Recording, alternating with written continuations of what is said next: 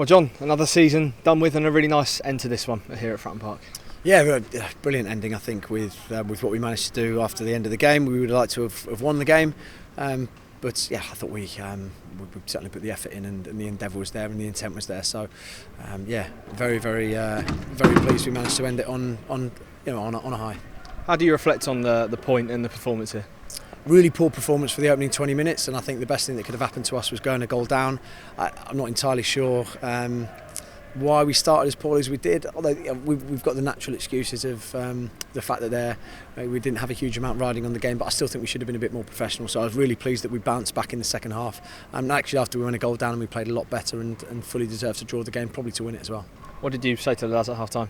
Just that we need to be a bit more professional. There were too many things that we were really sloppy on, in possession and out of possession. We let Hull break on us a few times, and we relied on Ben to make a couple of brilliant saves, and just not enough. There's plenty of excuses the lads had, but I still didn't think that was good enough. So yeah, we really need to improve upon that.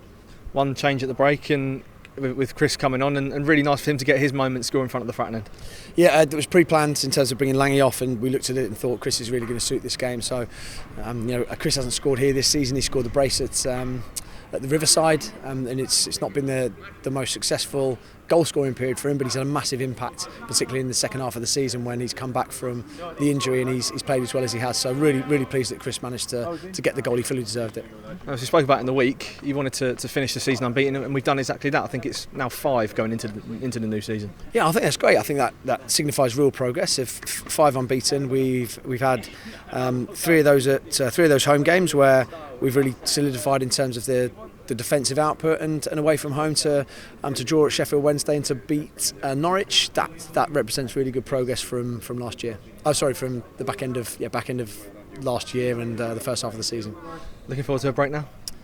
I am, but we'll there's going to be very busy going forward. So I say looking forward to a break. We don't really take one I quite enjoy now. The lack of pressure of games, but the different sort of pressure in terms of recruitment and improvements we can make to the football club.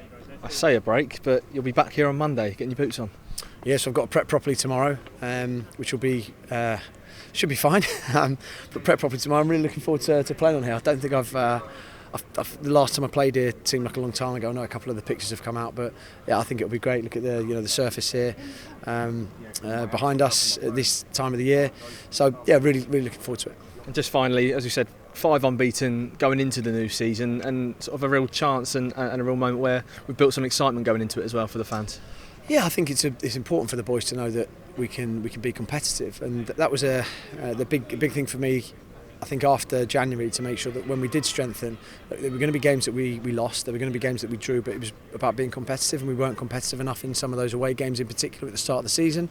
West Brom here as well, Sunderland here, we weren't really in the game, so we really changed that and did that through a combination of a lot of things, but that was the really key part for me.